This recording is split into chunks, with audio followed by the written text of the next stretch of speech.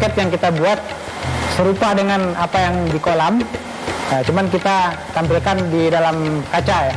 Kalau kita lihat sekarang itu udang dengan nyamannya bertengger di sisi-sisi bilik apartemen itu tanpa mengganggu satu sama lain.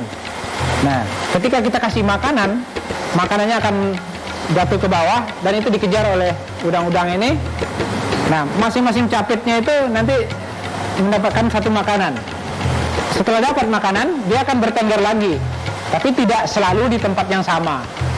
Yang penting jarak antara satu udang dengan udang yang lain itu nyaman, mereka diam seperti sekarang ini. Jarak sisi bilik-bilik apartemen ini adalah 20-20-20. Karena udang yang akan kita panen itu ukurannya sekitar 20 cm. Kalau tanpa apartemen, coba kalau 100 ekor udang yang kita tebar di sini sekarang ini, kita angkat apartemennya, semua udang akan di sini.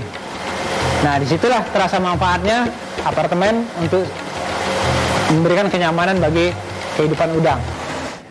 Tapi sebenarnya persoalan udang galah ini tidak hanya di konteks apartemen itu saja. Kita punya masalah yang lain, seperti ukuran udang itu tidak seragam. Nah, itu persoalan kembali lagi, kanibalisme. Udang yang besar menyerang udang-udang yang kecil ketika berganti kulit. Ketika panen, kita tidak bisa panen secara keseluruhan, harus bertahap panennya. Karena ukuran yang sudah masuk pasar, itu hanya sebagian, bukan semua udang yang kita pelihara. Nah, untuk itulah gunanya upaya pemuliaan.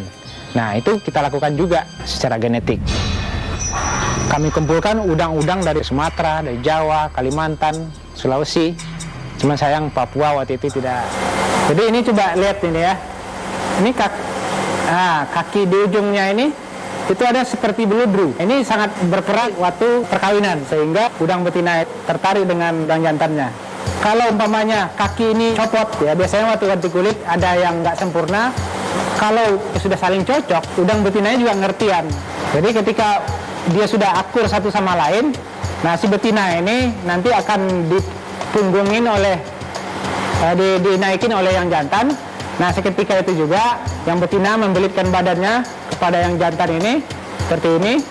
Nah, saat itulah terjadi penitipan sperma antara kelamin jantan ke daerah sekitar kelamin betina. Proses penitipan sperma dari jantan ke betina itu terjadi ketika udang ini berhadapan, bukan punggung-punggungan gini ya. Itu butuh waktu sekitar 5-6 detik, kemudian mereka bubar. Saling memisahkan diri. Kalau ada telur di bagian kepala udang betina ini, itu satu persatu akan melewati lubang yang tempat penitipan sperma tadi, dan disimpan di bawah kaki-kaki renang udang betina ini. Artinya itu sudah terbuahi dan akan mengalami masa inkubasi sampai menetas. Udang hibrid yang kita temukan ini, selain masa pemeliharaan di pembenihan itu pendek, hanya sekitar 21 hari, dibandingkan dengan yang pada umumnya 40 hari, 45 hari, benih berukuran seragam sampai besar dibandingkan kalau tidak kita kawin silangkan. Kalau kamu mau jadi orang hebat, Fauzan, tidak hanya pinter yang diperlukan, tapi tekunlah mendalami sesuatu, buatlah rencana sedemikian rupa, dan laksanakan secara konsisten. Penemuan itu adalah satu kebetulan kok. Jadi tidak perlu dikejar-kejar, tidak perlu direncanakan. Inovasi akan lahir dalam perjalanan kita berkarya untuk mengejar satu tujuan. Apapun karya anak bangsa itu, kalau bagi saya pribadi, itu harus kita hargai. Sebab dengan begitu, motivasi itu makin meningkat. Dan perlu kita kawal terus. Nanti kan dia lama-lama akhirnya menjadi terampil, produknya menjadi lebih bagus.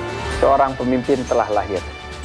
Ia telah memimpin lahirnya inovator-inovator di bidang perikanan yang masih banyak kita perlukan untuk memperkaya khasanah dan perkembangan perikanan di Indonesia.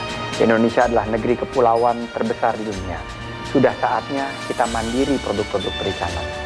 Sebagai negeri yang diberkahi dengan keanekaragaman hayati terbesar di dunia, sudah saatnya kita swasembada produk-produk perikanan.